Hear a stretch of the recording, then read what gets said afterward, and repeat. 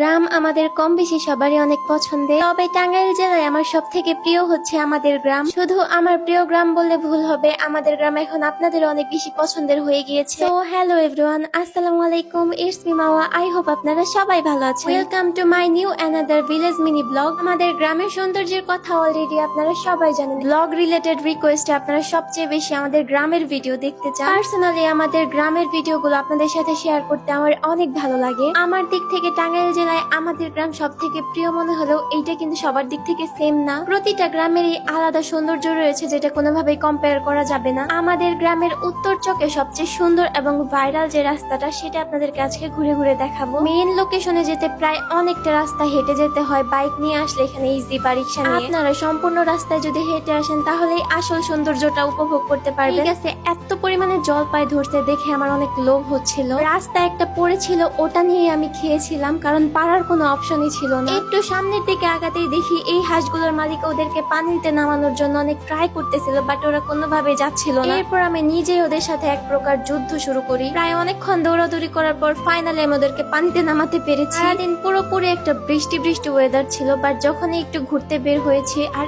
এত পরিমাণে রোদ, কোনোভাবে এই রোদে টিকা যাচ্ছিল না। আমার যে কোনো পশু পাখি অনেক বেশি পছন্দ, ওদেরকে ধরে আদর করতে আমার অনেক ভালো লাগে। এই ছাগলের বাচ্চাটা এখানে অসুস্থ হয়ে পড়েছিল, শরীরে হাত দেওয়াতে দেখি জ্বর। আমার অনেক বেশি মায়া হচ্ছিল, পরে একটু আদর করে ওইখান থেকে চলে এসেছিলাম। সরাসরি চলে এসেছে একদম মেইন লোকেশনে। আর মেইন লোকেশনে আসার পর আপনার এত পরিমাণে শান্তি অনুভব হবে, আপনি এটা জাস্ট নিজের চোখে দেখলেই বুঝতে পারবেন। এই রাস্তার সৌন্দর্যটা সিজন অনুযায়ী এক এক রকম। যেহেতু বর্ষাকালটা এখন শেষের দিকে, চারপাশটি একটু জঙ্গল জঙ্গল টাইপের অগোছালো লাগছিল।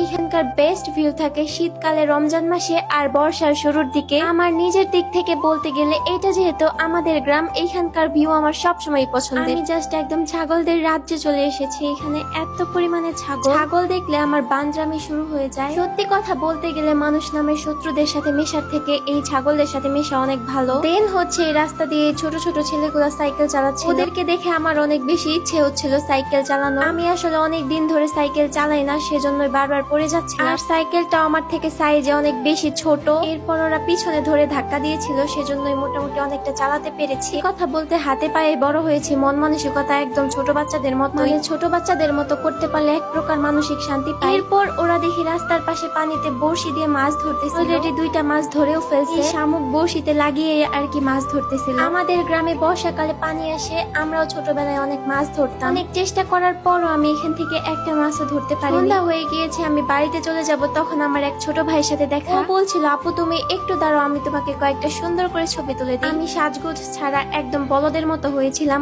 ওই আমাকে সুন্দর করে পোজ দেখিয়ে দিচ্ছিল। ছবি তোলা শেষ করে ওরা ওইখান থেকে আমাকে বিদায় দিয়ে চলে যায়। সব মিলিয়ে খুব তাড়াহুড়ার মধ্যে অল্প সময়ে আপনাদের জন্য একটা ব্লগ মেক করেছিলাম। আজকের মতো এখানেই, ভালো থাকবেন সবাই, দেখা হবে আবার নতুন কোনো ভিডিওতে।